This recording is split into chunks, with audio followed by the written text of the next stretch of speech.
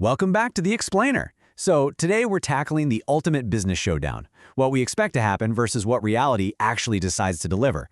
Whether you're running a tiny startup or a massive global corporation, figuring out how to manage that gap is literally what keeps the lights on.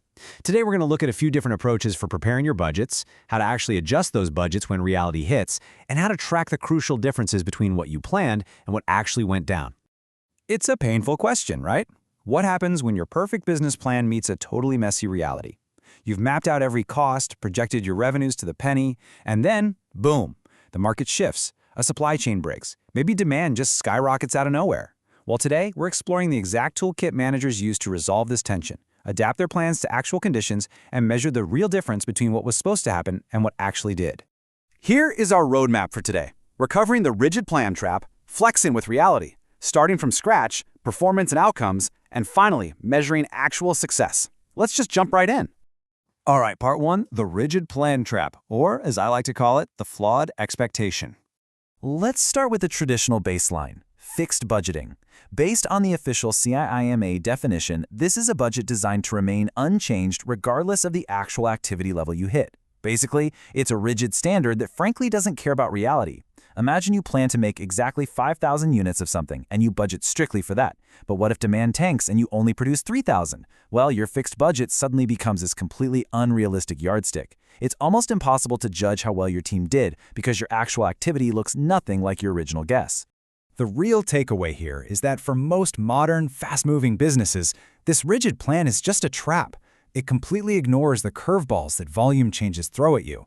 Now, sure, it is still useful in a few very specific situations, like if you're in an industry where demand is incredibly stable, or you're only budgeting for a super short time frame. But for everyone else, honestly, it's just a recipe for confusion.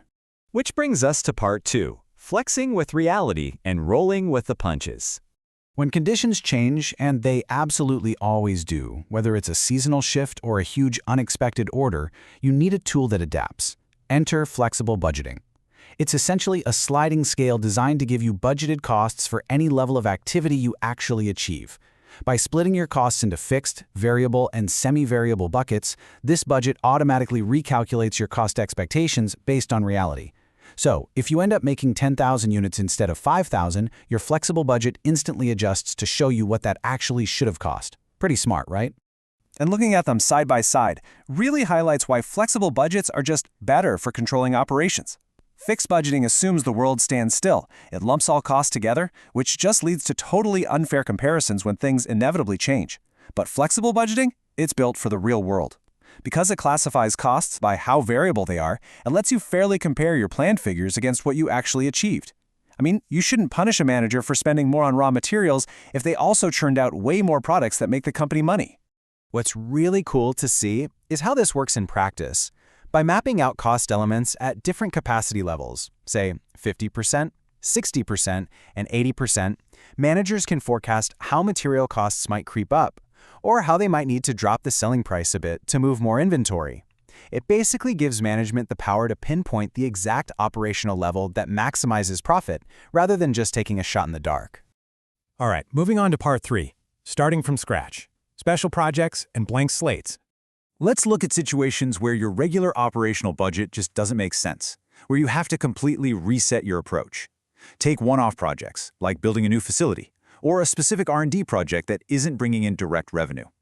For these, managers use an appropriation budget. This is a totally ring-fenced budget. It applies only to that one specific activity, and here's the kicker. It ends the second the job is done. There is no leftover slush fund to play around with. But what if your regular day-to-day operations have just gotten a bit bloated? That is exactly where zero-based budgeting, or ZBB, steps in. This concept was actually coined by Peter A. Pyer, and it basically asks managers to wipe the slate completely clean. You literally assume the previous period's budget was exactly zero. You don't just get a budget this year because you had one last year. Nope. You have to prove that your activity is absolutely essential. It's a rigorous and, let's be honest, pretty exhausting cost-benefit analysis from the ground up to justify every single dollar. The trade-offs with ZBB are huge. On the plus side, it is a powerhouse for cutting out past waste. It forces a really strong, decision-oriented mindset and completely kills that toxic, well, we've just always done it this way attitude. But the downsides are very real. The administrative cost of running this process is sky high because of all the detailed analysis required. Plus, it's really tough to quantify non-financial benefits, and it kind of challenges the whole idea of business continuity by treating the company like it was born yesterday every single year. Okay, part 4, performance and outcomes, paying for results. Now we're shifting gears. We're moving from asking, hey, how much did we spend, to the much more important question, what did we actually achieve with that money? This is performance budgeting, and it is a massive mindset shift. It turns a standard budget from a simple funding request into this dual financial and work plan. It connects the inputs, the cash, directly to the outputs, meaning the actual end products or goals you achieved. So you're not just staring at a spreadsheet of costs anymore. You're actively measuring real progress toward specific business goals. To see this in action, check this out. Managers take the original plan, say for 5,000 units, and adjust it into a flexible budget based on the 4,000 units they actually produced. Then they compare that adjusted plan against the actual position. This is how you isolate the true variances. For instance, generating more revenue than the adjusted plan, that's a favorable variance, but spending more on variable costs than your flexed budget allowed, unfavorable. It gives you this incredibly precise, instant read on deviations, so you can clearly tell the difference between just a change in volume and an actual problem with efficiency. Which leads us perfectly into part 5, measuring actual success, the formula climax. So how do we actually score these variances across the whole company to figure out if we're winning or losing? First up, the activity ratio. Now, don't let the math scare you. It's really just a measure of your overall hustle. You take the standard hours required for your actual production and divide it by your originally budgeted hours. Multiply by 100 to get a percentage, and if your score is 100% or more, you've got a favorable trend. It means you're operating at or above your target activity levels. Next, we have the capacity ratio. This one reveals how well the hours you budgeted were actually utilized on the floor. It essentially asks a very straightforward question. Did we actually put in the working hours we promised we would? Once again, you're just comparing the actual hours worked against those initial budgeted hours. Simple as that. And finally, the efficiency ratio. You could definitely argue this is the most critical one of the bunch. This ratio scores how effectively those actual working hours were spent making the product. You might have amazing capacity, but if your efficiency ratio is low, it means your team took way longer to produce things than the standard allowed. It's a fantastic tool for shining a spotlight exactly on where time is being wasted. But before we wrap up today, we've got to take a step back, because behind all these perfect mathematical formulas, the variance tables and the sliding scales, are unpredictable humans. Budgets rely on past data to predict future conditions, but human behavior, well, it's incredibly volatile.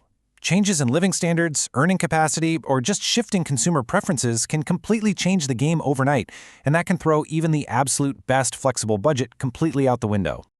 Which leaves us with this final, really crucial thought. We have these incredible tools to explore different budgeting approaches, flex with reality, and pinpoint the exact differences between our plans and our actual activity. But perfectly adapting to the wild unpredictability of human nature, that remains the ultimate business challenge. So, how agile is your plan? Thanks for joining me on this explainer, and remember to always keep questioning those expectations.